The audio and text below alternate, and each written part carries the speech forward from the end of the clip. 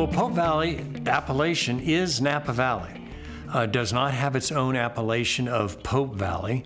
It's always just remained for the locals and the people that are there to call it Pope Valley. There's one post office, there's no gas station, there's one little store, but lots of vineyard.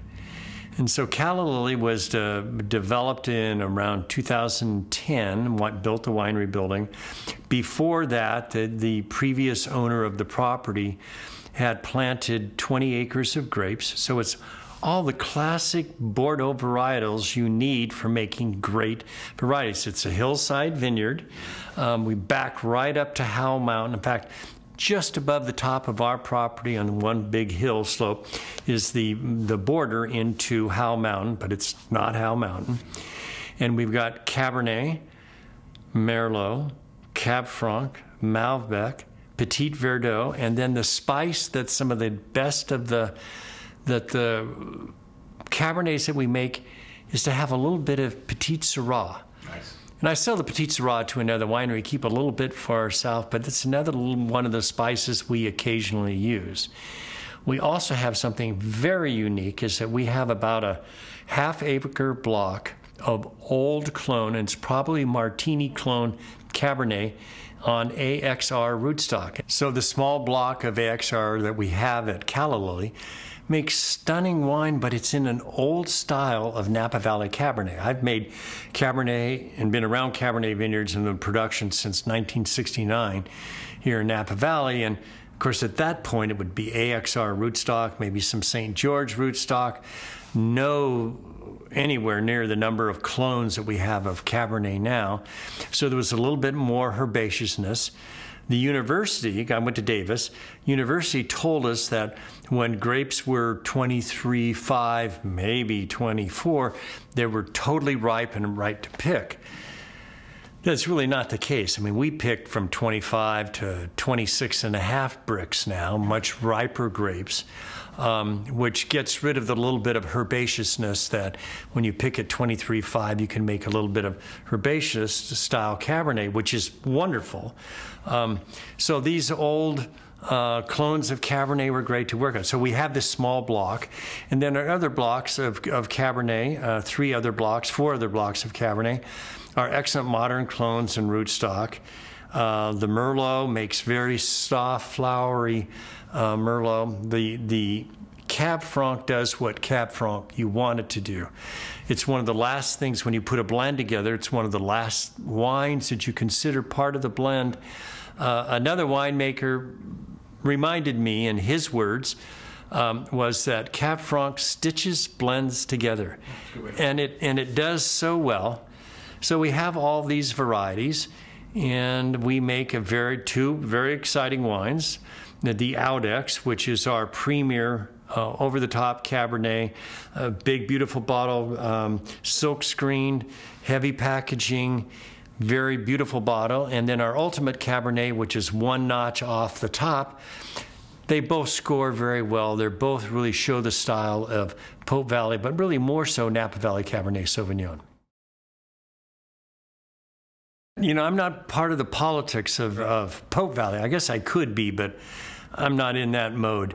There have been people that have vineyards there that want to have Pope Valley as an appellation. So they've gone through the work and stuff, and then there's other people that are not interested. So unless you sort of have everybody in the area really champing on getting Pope Valley as an appellation, if I was a betting man, Pope Valley will become an appellation because there's a lot of vineyard there. And land is not as expensive in Pope Valley. So if you bought land in Rutherford or Oakville, you're going to spend up to $500,000 an acre. And what is it? Is it a home site, or is it a vineyard site, or is it both?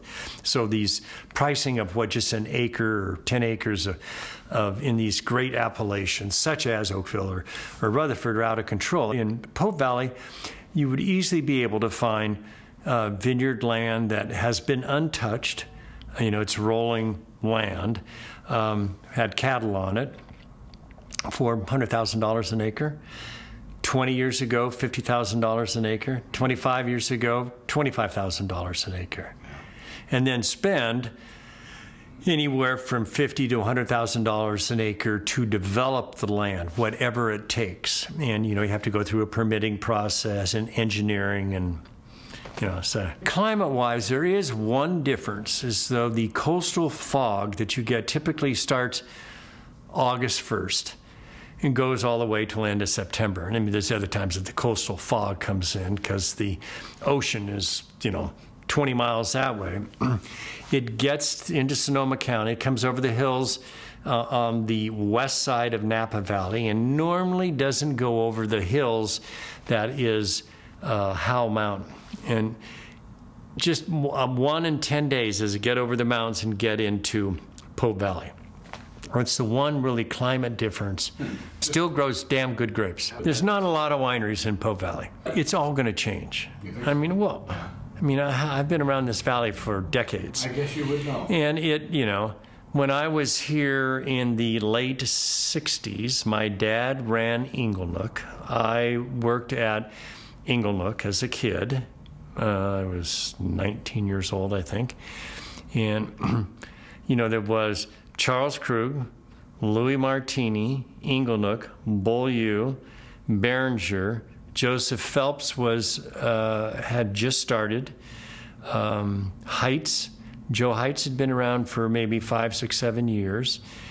Stony Hill had been started in the mid 50s or late 50s, and that was it. That's crazy. There weren't very many other wineries. I didn't try to give you a complete list, but there weren't very many wineries. What is there now? 400 or 500? I mean, whether it's a brand or an actual physical facility. And I've just watched over the years, from part of the time being here and part of the time afar when I was up in Amador County, and then down in the southern part of the state.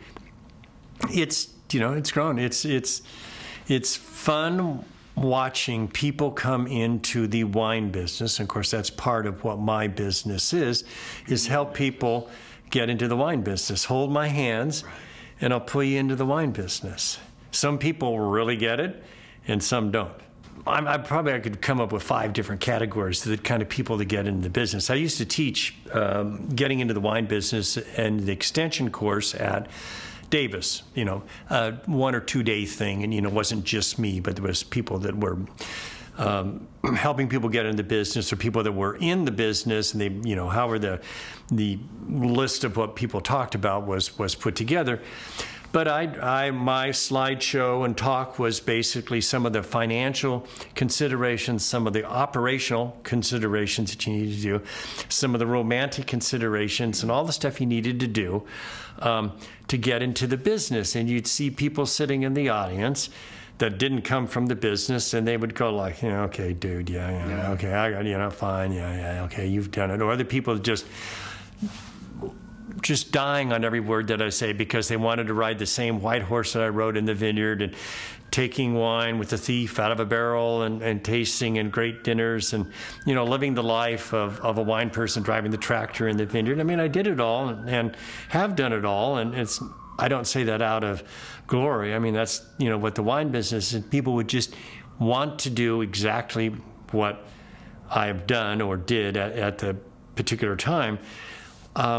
So you go through all of this, and then I would stop the whole thing, and when I would do my summers up at Lake Tahoe, I would go to the local Lucky and take my phone or camera at the time, and I just pointed at the wine shelves in the store and walk down the aisle and then turn around and come back, and just nothing but bottles of wine. And I said, one of the things, the challenge that you've got is, if you want to start a new brand, where's your wine going to go on the shelf? I mean, are you going to shove it aside and your wine goes right there? And then I'd stop that, and I say, but the thing you got to take away from all of this that you learned today is, romance aside, driving the tractors, drinking wine out of the barrels, is you got to get rid of the stuff. CaryGott.com, CaryGott.com.